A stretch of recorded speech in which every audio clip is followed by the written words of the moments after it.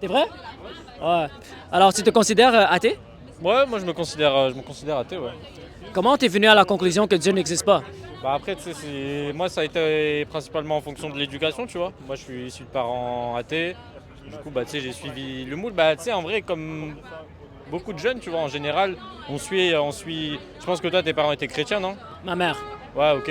T'as redonné ça direct quand t'étais jeune ou non, justement, c'est quand t'as grandi, tu t'es dit, ah ouais, en fait, c'est ça ma direction. Ouais, je me suis converti réellement à 19 ans. Ok. Donc avant, c'était. Avant, j'étais rien, comme, je savais pas. Ok. C'était quoi le déclic? Euh, pour moi, c'était... Qu'est-ce qui s'est passé? En fait, il y a beaucoup de choses qui s'est passé dans ma vie. Mon père a été assassiné quand j'avais 3 ans. Ouais, alors j'ai grandi avec beaucoup de haine, beaucoup de colère. J'ai commencé à faire la drogue, les crimes, très violents. Et ma mère a... Est-ce que t'as grandi où, toi? NDG. C'est où ça? C'est à l'ouest de Montréal. Ok. Ok. Alors, dans le temps, c'était pas un très bon quartier, tu vois. Et rien pouvait m'aider. Ma mère a tout essayé, tu vois. Elle m'a envoyé dans une école pensionnat. J'ai pris des cours psychiatriques. J'ai même été arrêté par la police. Rien pouvait m'aider. Mais un jour, je suis allé dans une retraite spirituelle, tu vois. Et c'est là où j'ai eu une expérience où j'ai vraiment senti la présence de Dieu. Et depuis ce jour, je savais que Dieu était réel. Et là, j'ai commencé à aller à l'église. Et Dieu a commencé à ouvrir mes yeux spirituels et j'ai compris l'évangile de Jésus, que Jésus est mort pour mes péchés, il a ressuscité de la mort. Et si on mène la foi en lui, on peut avoir la vie éternelle. Et c'est après que j'ai décidé de suivre Jésus par la foi. Et ma vie a été complètement changée, j'étais libéré de mes addictions. Et depuis, je savais que Dieu était réel. Mais ça, c'est pas la preuve que je donne pour la véracité du christianisme. Pour moi, les preuves, c'est plutôt la preuve historique de la résurrection de Jésus. Ouais, parce que le christianisme est une religion historique qui peut être prouvée avec des faits. Ouais, mais ça, Ouais. j'avais entendu parler là-dessus, je te rejoins, tu vois. Je pense qu'il y a un truc, tu vois. Il y a un truc, mais ouais, comme tu disais, ouais, ça a été prouvé historiquement, quoi. Du coup, là-dessus, je te rejoins.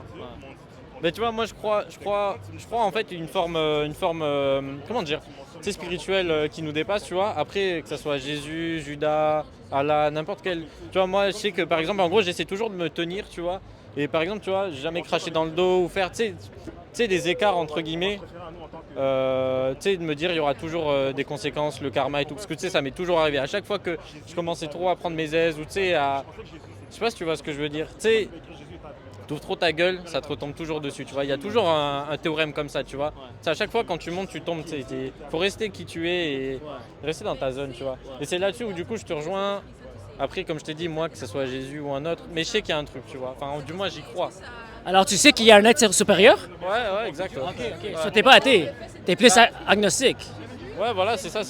Bah, ça, j'ai jamais trop creusé le sujet, tu vois. Après, c'est ça, c'est propre à chacun, tu vois. Ça, ce que je te dis, c'est pas ma mère qui m'a dit, ouais, t'es athée et point. Ou, tu vois, c'est jamais trop creusé le sujet. Mais voilà, après, tu vois, chacun a sa vie, chacun fait ses expériences, chacun a tout son truc, tu vois. Et du coup, bah, moi, c'est ça. Mon chemin, ça a été quoi? Ça a été que je suis monté, des fois, je sais pas, j'ai trop ouvert ma gueule et je me suis pris un coup de karma immense. Ou tu sais, c'est toujours comme ça, tu sais, les aléas de la vie, tu vois. C'est comme tu sens Dieu dans ta vie, tu sens qu'il existe, genre. Ouais, ou du moins qui te surveille, tu sais, en mode, moi je le vois un petit peu comme un daron qui te met des calottes dès que tu fais trop, tu vois. Tu sais, t'es avec une meuf, tu vas trop loin ou tu fais un truc, bah bam, tu vois, il y a toujours une conséquence à chaque acte, tu vois. Est-ce que tu crois que l'être supérieur a créé l'univers? Ça, je sais pas. Ça, bah tu sais, quand je me couche, je me pose pas cette question, tu vois. Mais non, en vrai, je pense pas. Enfin, jamais trop creuser le sujet non plus, tu vois. Là, tu me demandes, j'ai 20 secondes de réflexion. Je pourrais pas construire une vraie réponse solide sur ça, tu vois. Après, non, c'est une question qui mérite méditation, tu vois. Mais tu es d'accord que c'est logique d'avoir des preuves ou des raisons pour nos conclusions, n'est-ce pas? De quoi tu peux répéter? Tu es d'accord que pour venir à une conclusion, on devrait avoir des raisons pour notre conclusion si on veut être logique, n'est-ce pas? Ouais, carrément. Alors moi, j'affirme que le christianisme est la seule religion qui peut être prouvée scientifiquement et historiquement. Ouais. Est-ce que tu es intéressé à savoir c'est quoi les preuves? Bah, si tu me le dis, ouais, en 5 minutes, je serais curieux de savoir. Je vais dire très rapidement. Scientifiquement, on sait que l'univers a un début, tu es au courant? Ouais, ça, bah ouais, il faut. Alors, quand on examine les lois de la logique ou la loi de causalité, toute chose qui a un début a une cause, n'est-ce pas? Ouais, carrément. Ça veut dire que l'univers doit avoir une cause. Ouais, ça. Alors la question maintenant, c'est quoi cette cause? Ouais, c'est ça, ouais. Du coup, Alors cette cause-là doit être en dehors du temps, matière et espace. Parce que ça doit être en dehors de l'univers, tu vois? Parce que l'univers ne peut pas créer elle-même sans cause. T'es d'accord? Ouais, tu pousses la réflexion là. Ouais, je te suis. Ouais. Parce que s'il y a une entité qui a causé l'univers d'exister, cette chose-là peut pas être dans l'univers, tu vois, parce que l'univers a un début. Oui, c'est ça. C'est ça. Ouais, il est Alors extérieur. ça peut pas être matériel, ça peut pas être dans le temps. Mais du coup, moi je comprends pas le rapport entre la création. Du coup, mais je capte ce que tu veux dire. En mode, il crée. En mode. Ouais, comme si tu construisais une voiture, quoi. Mais en mode. La question, c'est où est le lien, en fait, entre du coup cette construction, tu vois, et nous, moi, ma personne, ou toi et ta vie. Tu sais, c'est ça que du coup, j'arrive pas à assimiler, tu vois, Tu sais, ça pourrait être deux entités totalement différentes. En mode, t'as un gars qui a fait le boulot, et après, t'en as un autre qui guide, tu vois, genre comme un principal et le prof, tu vois. On va arriver à ça. D'abord, on doit prouver que Dieu existe, ok? Maintenant, on peut se questionner c'est quoi les détails de ce Dieu. Mais scientifiquement, on peut venir à la conclusion qu'au moins, que ce Dieu ne peut pas être matériel, il doit être en dehors du matière, il ne peut pas être dans le temps et l'espace. Ça veut dire qu'il doit être en dehors du temps et en dehors de l'espace, ok? Et c'est quoi ses attributs? Ça veut dire que c'est une entité qui est immatérielle, éternelle, surnaturelle, en dehors du temps et l'espace, en dehors de la matière. Ça, je te suis, Et cette chose doit évidemment être tout-puissant et très intelligent parce qu'il nous a tous créés, tu vois? C'est sûr, il est au-dessus. C'est ça. Alors déjà, on vient à une conclusion logique et scientifique que cette entité est surnaturelle, tout-puissant, intelligent et capable de créer l'univers. Alors cette chose doit être aussi personnelle parce qu'il a décidé de créer, tu vois? Alors tous ces attributs-là, c'est les attributs du Dieu de la Bible, tu vois? Alors déjà, avec ça, on peut prouver que Dieu existe, n'est-ce pas? Alors, Du coup, c'est ça le lien que je te posais du coup tout à l'heure, tu sais. Pourquoi il nous guide?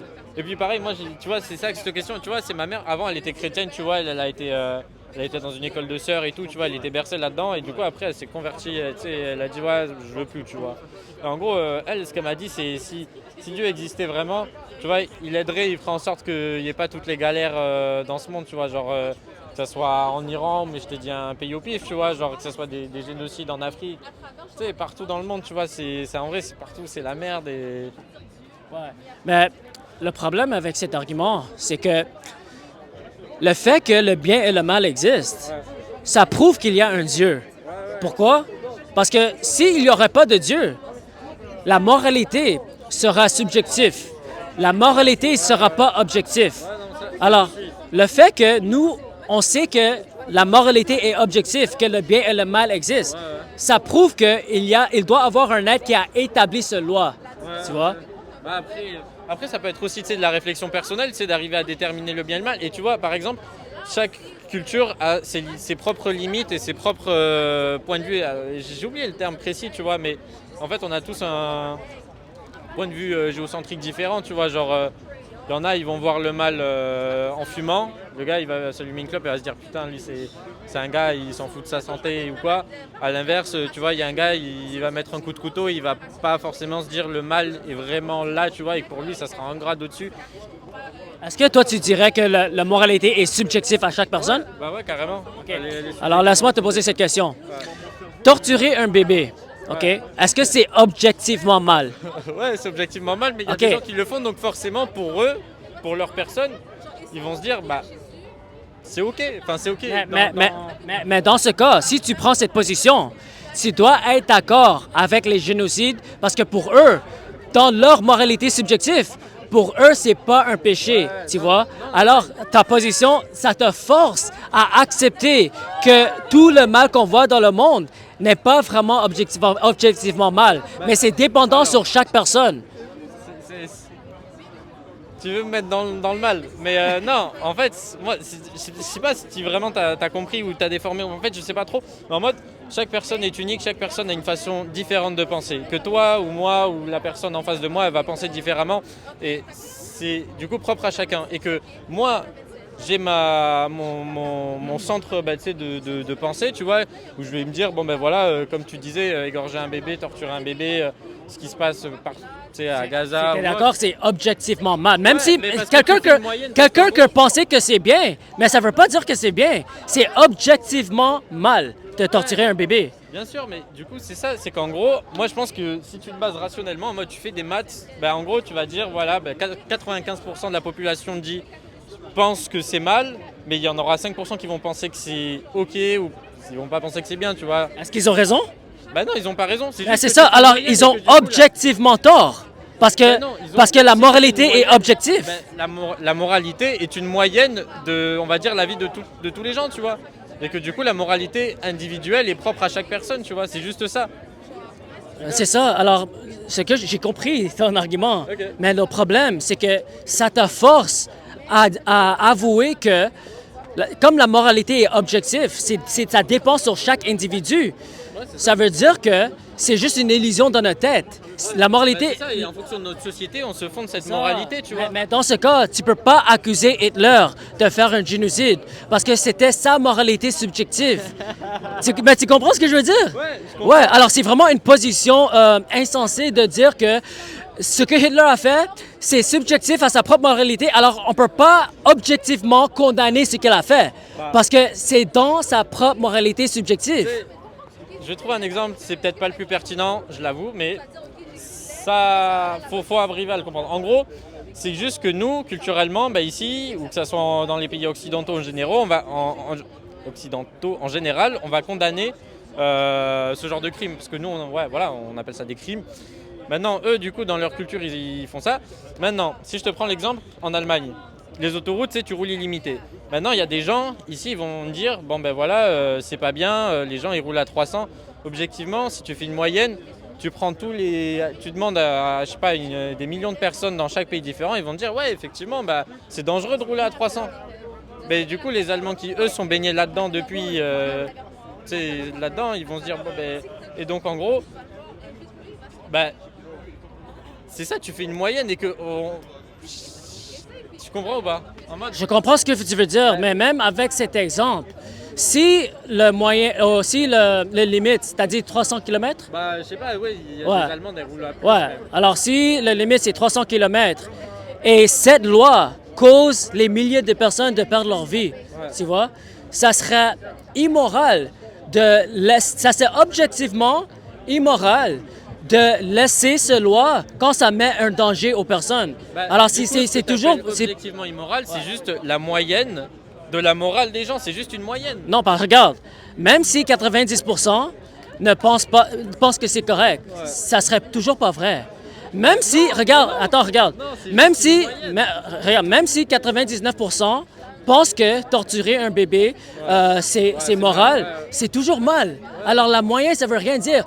La moralité est objective, c'est pas subjectif à notre pensée. C'est pas une illusion dans notre tête. Ouais, bah, sur ça, je pense qu'on a vraiment deux avis qui diffèrent et on pourra continuer à argumenter. Par exemple, tu vois, typiquement l'amour. L'amour, pour moi, c'est quelque chose de sociétal. Pour moi, l'amour n'existe pas vraiment, mais dans notre société, on a dimensionné l'amour tel que, bah, tu sais, on nous le stimule depuis qu'on est tous jeunes, tu vois. Genre, depuis que t'es né, on parle toujours d'amour, de relations, de trucs, des conflits. Et du coup, en gros, tu vas interpréter des oui-dire que tu as eu. Et du coup, en fait, c'est la société qui construit ce sentiment d'amour. Ça, c'est du coup mon point de vue personnel. Peut-être que je me trompe. Peut-être que c'est, tu vois, un vrai... C'est vrai qu'il y a des connexions, il y a des trucs. Mais, tu vois, tu comprends, en gros, c'est pas une propagande, mais c'est en mode, on te... Et en Ok, gros, on va voir si tu es consistant avec ça. Alors pour toi, l'amour est subjectif. bah, l'amour, pour moi, ça a été quelque chose qui a été construit par la société. Alors tu c'est vois. pas pour toi, c'est pas objectivement bien d'aimer, c'est subjectif. Ouais, carrément. OK. Alors est-ce que si tu es consistant, la haine aussi est subjective, n'est-ce pas? Ouais, carrément. OK. Ça veut dire que si on pousse la haine jusqu'à le meurtre, OK, c'est toujours subjectif selon toi.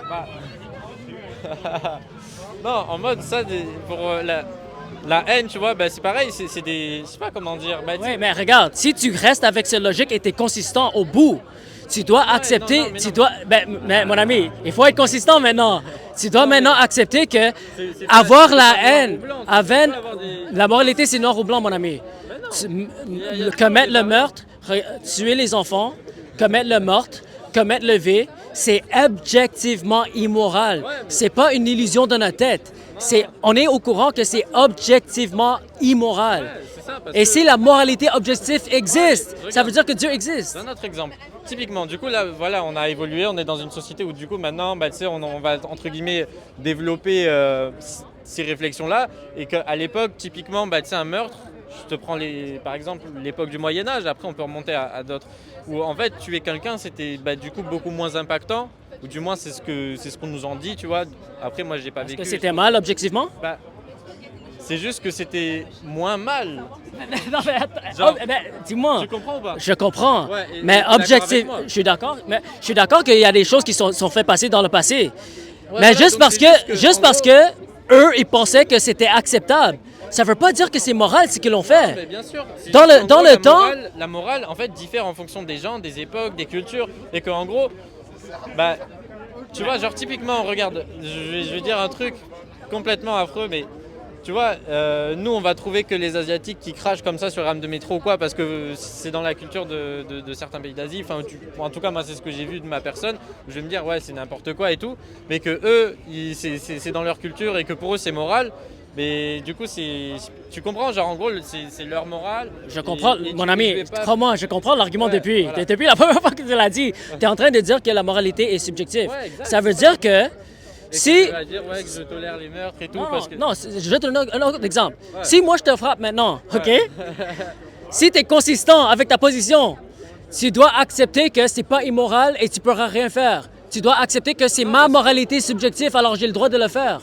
Tu vois? Oui, tu vois après, comment... Non mais voilà, et du coup, c'est ça, c'est que maintenant, moi, ma personne, je sais que je vais avoir, du coup, entre guillemets, moi, ma moralité à moi, et que par exemple, si jamais tu viens me frapper, moi, ma moralité va pas être de me dire, j'accepte le coup et je vais aller manger à côté. Ça va être de me dire, soit je le rends, soit on va s'expliquer, mais est-ce que tu seras d'accord que c'était pas immoral, objectivement, ce que j'ai fait? Venant de toi, ta personne...